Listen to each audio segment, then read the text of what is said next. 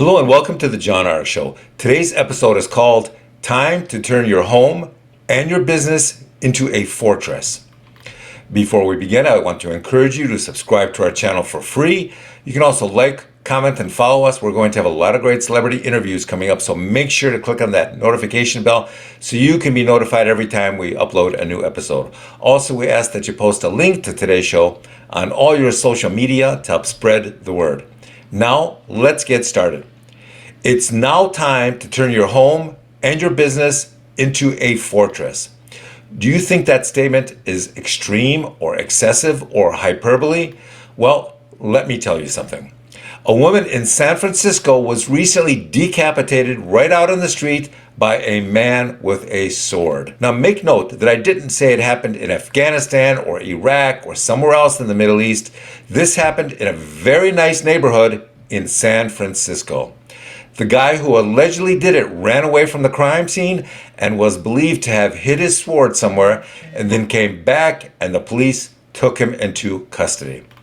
Mind you, I didn't say the police hunted him down and captured him. He actually had to return to the police to be taken into custody. So, don't get any strange notions about how effective the police in San Francisco are. So for those of you who witnessed the rioting a few years ago and who now believe things are much better, you should know that things are getting much worse.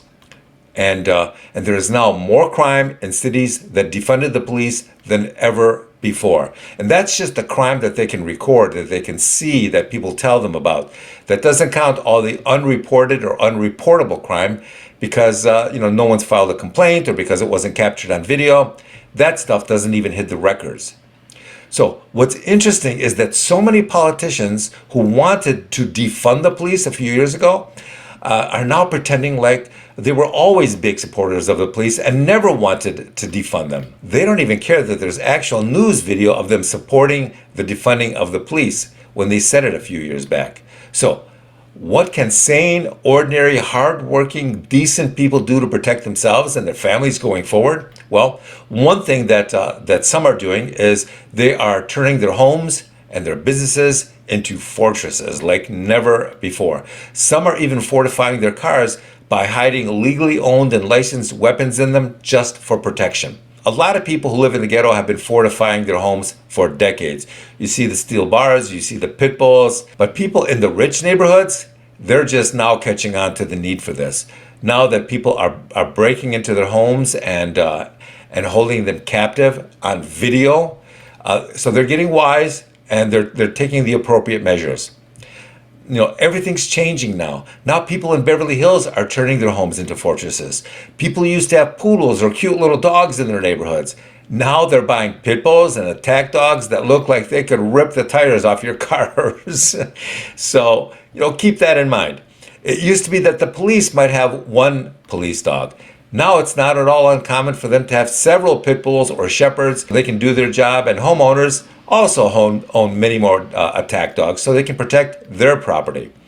It seems that everyone is now spending their weekends getting concealed weapons licenses or having alarms installed in their homes or companies, or they're having their attack dogs specially trained to rip the limbs off uninvited guests. Last week, as I said, a woman got decapitated in San Francisco right out on the street. Everyone in California who was too scared to purchase a weapon for their own personal protection before that incident, they're now running out to the gun stores. All those notions about how guns are bad and people who use them are bad, all those notions, all those beliefs, right out the window. Even the crazy people who thought that they would never purchase a legal firearm, they're now sprinting to the nearest gun store. Do you know what else people are doing now for the first time to protect themselves? They're now getting to know their neighbors and discussing how they can work together to protect themselves and their neighbors. Here's something else that's going on that's really interesting. People are now openly distrustful and they're engaging in something called practical paranoia. What is practical paranoia? Well, that means you don't trust anyone in public or in your vicinity until you first know them. A few years ago, this behavior would have been considered rude or antisocial, but it's almost obligatory now if you want to remain safe in public. Some people will routinely cross the street when they see somebody unsavory walking towards them. Another thing that's getting more and more common is that people aren't even answering their doorbells anymore when somebody knocks or presses the button. They're doing this as a safety precaution. What they are doing is they're having Ring doorbells with video cameras and speakers installed so that they can then communicate with people through their smartphones, regardless of where they are, whether they're in the kitchen or whether they're at work. They can see and they can communicate with the stranger at their front door. Same thing for businesses. Businesses are fortifying their brick and mortar locations like never before. Some jewelry stores and pawn shops and check cashing locations now have pit bulls walking around their stores behind the counter. It can be cheaper than a security guard, and they can be a visual deterrent when the wrong person walks in.